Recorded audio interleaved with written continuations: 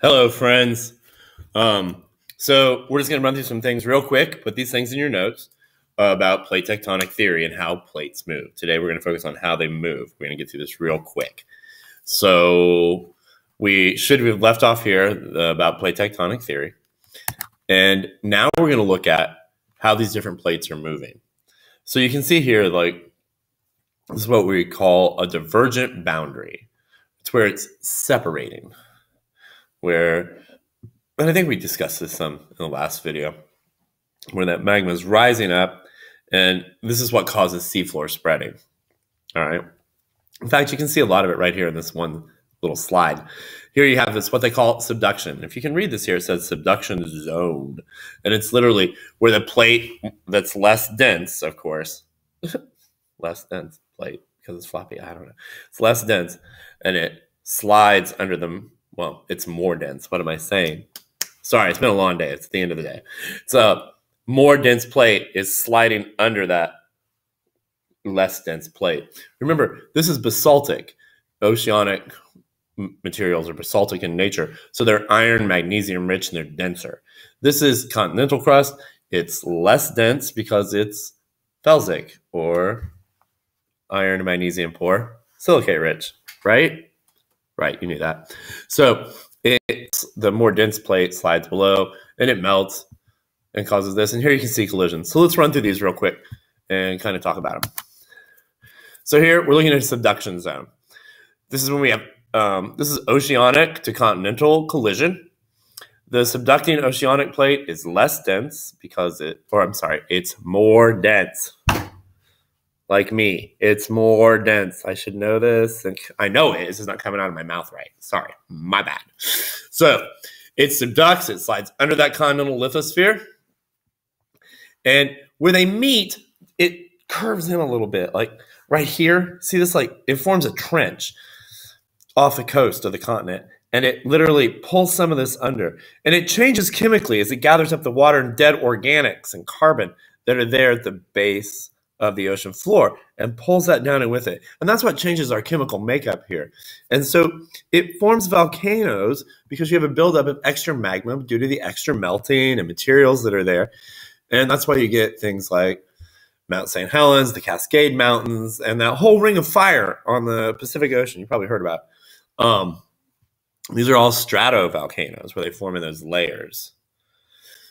And it can be highly eruptive, and it's andesitic magma mostly because of this strange combination of basalt that's melting and continental crust and water, and like it shifts it chemically into that.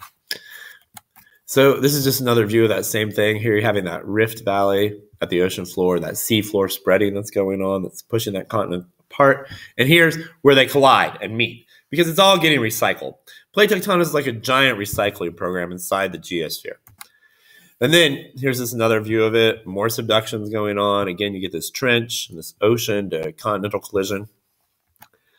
Here, now we're starting to look. This is a more detailed look at seafloor spreading and rift valleys and divergent boundaries. This is a divergent boundary where things are separating or diverging.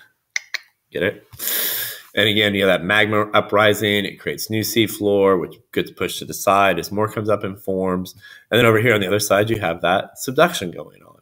So the same material gets recycled and reused over millions and millions and millions of years. Over time, this will push continents apart and form new ocean bed. That's what's going on in Iceland. It's right on the mid-Atlantic ridge.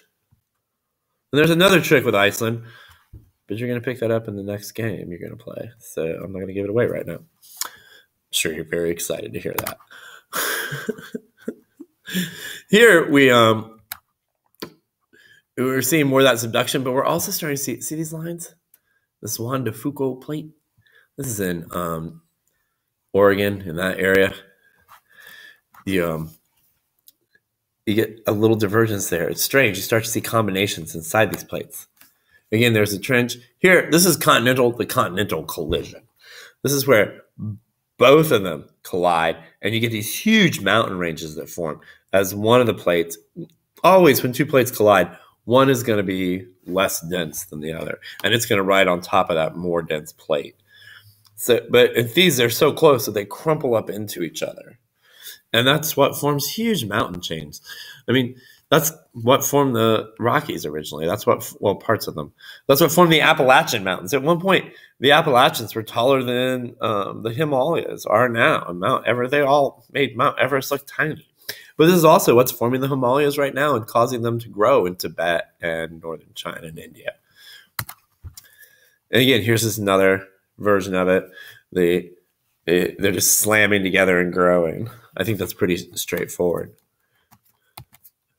Oh, sorry about that. And then we have what they call the transform fault boundary, where this is, instead of diverging or colliding, this is where they grind past each other.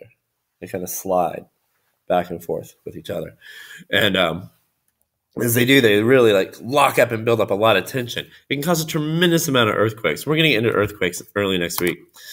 And this is what causes the San Andreas Fault. Like, you can literally see it here. Like, this is the crack deep in the earth that's grinding, where these two plates right here are grinding past each other.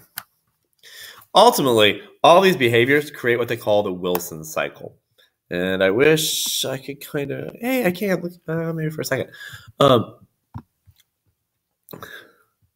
here, you. Where can I put you so we can I go over here? Can I go over here? Kind of, friend? Help, friend. Hey, look. I'm in the middle. I can't be in the middle.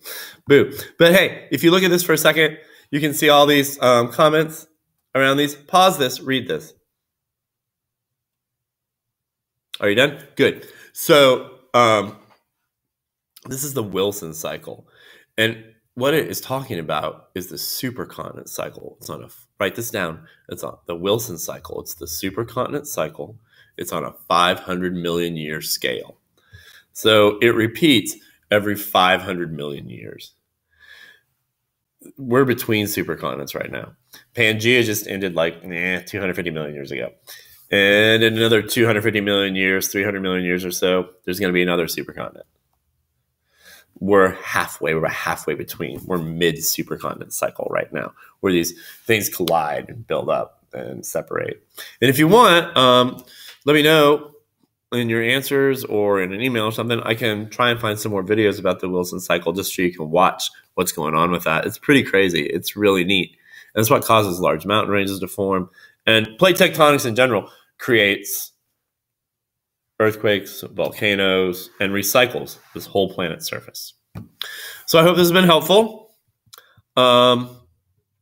Please let me know if these videos are working out for you. And I'll talk to you soon. Remember, wear your seatbelt, wear your mask, wear your mask. We got to stay healthy. And remember, I love you.